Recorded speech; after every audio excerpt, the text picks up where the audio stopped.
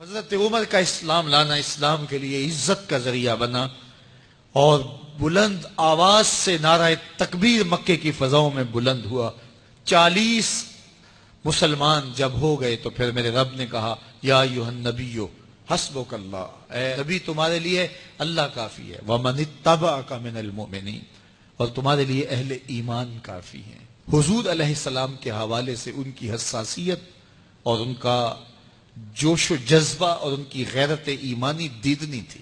حضرت شاہ ولی اللہ محدث دہلوی علیہ رحمہ فرماتے ہیں کہ 17 مقامات پہ قرآن مجید میں حضرت عمر کی رائے کے مطابق قرآن نازل ہوا۔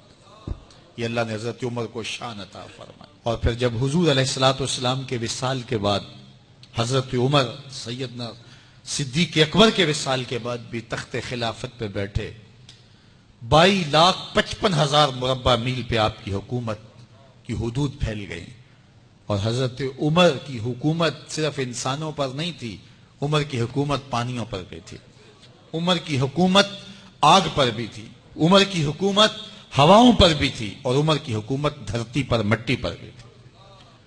آپ جانتے ہیں کہ مصر کے گورنر نے لکھا کہ یہاں تو عجیب کہانیاں ہیں۔ کیا ہوا؟ کہا کہ دریائے نیل اتنی دیر تک چلتا نہیں جب تک ایک نوجوان لڑکی کو زیورات سے آراستہ کر کے نیل میں ڈالا جاتا ہے، پھر نیل چلتا ہے، اور یہ برسا برس رسم جاری ہے۔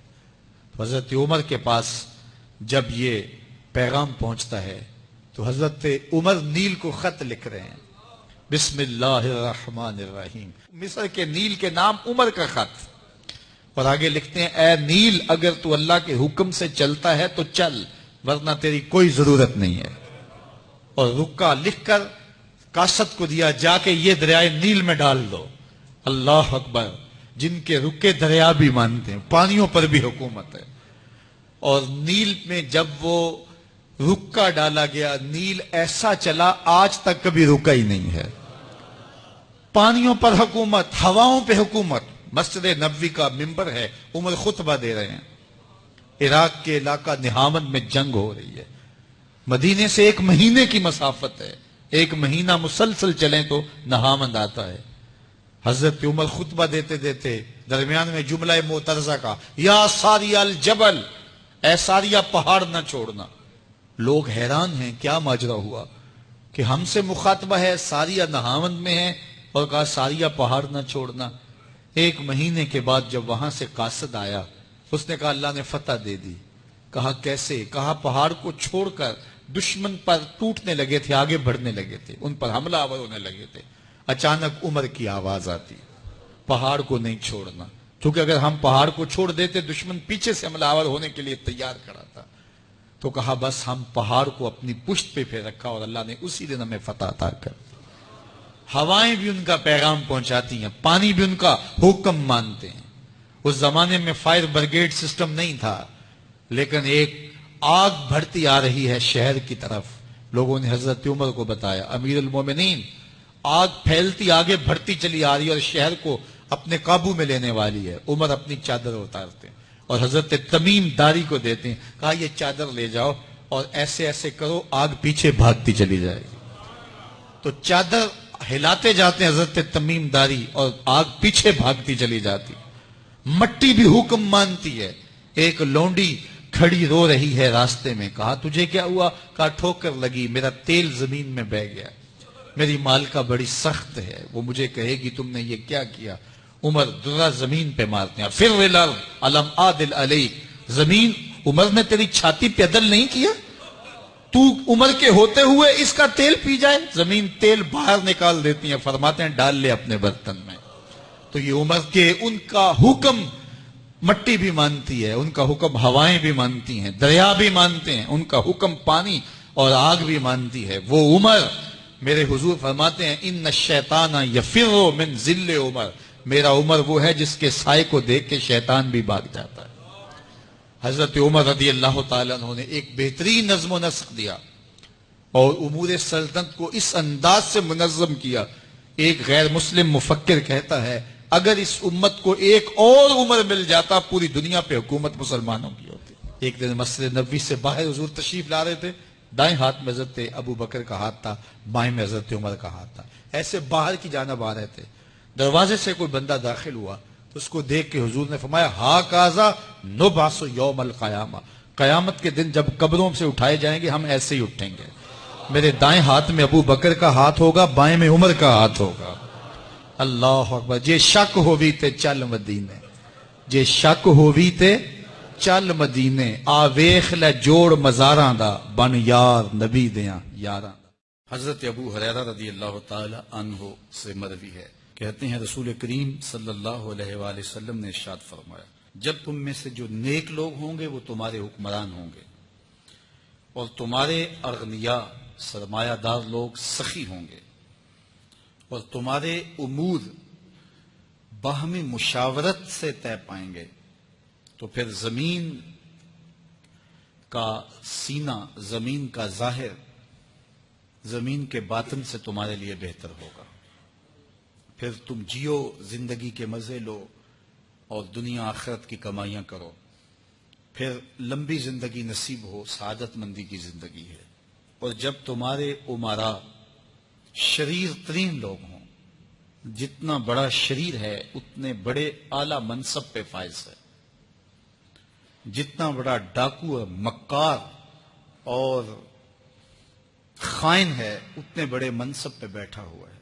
جب تمہارے امراء اشرار ہوں اور تمہارے اغنیاء بخلاءکم بخیل ہوں، بخیل ترین لوگ مال و دولت سے نواز دیے جائیں اور وہ اس مال و دولت پہ سانپ بن کے بیٹھے ہوں، انسانیت سسک رہی ہو لیکن وہ مال کی تجوریاں نہ کھول رہے ہوں، اور امور سلطنت باہمی مشاورت سے نہیں عورتوں کے مشورے سے طے ہوتے ہوں۔ پھر فرمایا پھر زمین کا اندر، زمین کا باطن زمین کے ظاہر سے تمہارے لیے بہتر ہے۔ اب موجودہ حالات کی ترجمانی کرتے ہوئے ایک حدیث ملاحظہ کیجیے۔ رسول رحمت صلی اللہ علیہ وآلہ وسلم نے ارشاد فرمایا، ایک وقت آئے گا کہ امتیں تمہارے اوپر اس طرح ٹوٹ پڑیں گی جس طرح بھوکے پیالے پر ٹوٹ پڑتے ہیں۔ ایک شخص نے عرض کی، یا رسول اللہ صلی اللہ علیہ وسلم، کیا اس وقت ہم تھوڑے ہوں گے؟ فرمایا تم بہت سارے ہوگے، لیکن مثال ایسے ہوگی جس طرح سیلاب کے پانی کے اوپر اٹھتی ہوئی جھاگ ہوتی ہے، تو وہ دیکھنے میں تو دور تک اس کا پھیلاؤ ہوتا ہے لیکن وہ بے وزن، بے توقیر اور بے طاقت ہوتی ہے۔ دلوں میں تمہارے وہن ہوگا، وہن کی وجہ سے دشمن کے دل میں تمہارا ذرا برابر خوف نہیں ہوگا۔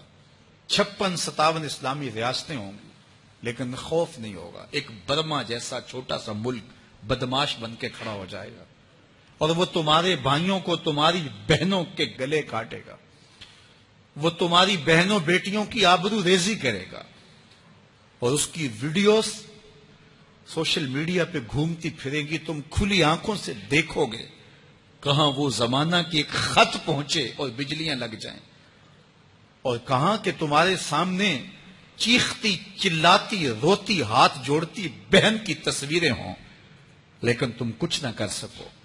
چھوٹے چھوٹے ملک بدماش بن جائیں گے اور تم کچھ نہیں کر پاؤ گے۔ کہا یہ کیوں ہوگا؟ اس لیے کہ تمہارے سینے میں وہن پیدا ہو جائے گا۔ ایک شخص نے عرض کی، یا رسول اللہ یہ وہن کیا ہے؟ قال حب الدنیا وکراہیت الموت، فرمایا دنیا کی محبت اور موت کو ناپسند کرنا۔ دنیا کی محبت تمہارے رگ و ریشہ کے اندر محو نفوذ ہوگی اور رچ بس جائے گی تمہارے سینوں میں دنیا کی محبت، اور تمہیں موت سے ڈر لگنے لگ جائے گا۔ جب موت تمہاری محبوبہ تھی تو تم 313 بھی تھے، تو تم نے عظیمت کی انوکھی داستان رقم کی تھی۔ ایک وقت وہ تھا، اور ایک وقت یہ بھی آیا کہ 1 ارب 65-70 کروڑ مسلمان دنیا کے اوپر، 56-57 اسلامی ریاستیں، آلات حرب و ضرب رکھنے کے باوجود حالت یہ ہوگی کہ جس طرح سیلاب کے اوپر وہ جھاگ ہوتی ہے، تمہاری کوئی توقیر نہیں ہوگی، بے توقیری کی زندگی تم بسر کر رہے ہوگے۔ اللہ اکبر۔ اللہ تعالیٰ اپنے محبوب کریم صلی اللہ علیہ وسلم کا صدقہ امت کو اس مشکل سے نجات عطا کرے، اور پھر حضور نے قرب قیامت میں جو امت کے دوبارہ بانکپن اور عروج کی بشارتیں دی ہیں، اللہ ہمیں جلد ان کا مصداق بنائے۔ اب رکنا نہیں، اب تھمنا نہیں، فردوس میں جا کر دم لینا، آفاق کے ہر ہر گوشے میں قرآن سنا کر دم لینا، اب رکنا نہیں، اب تھمنا نہیں۔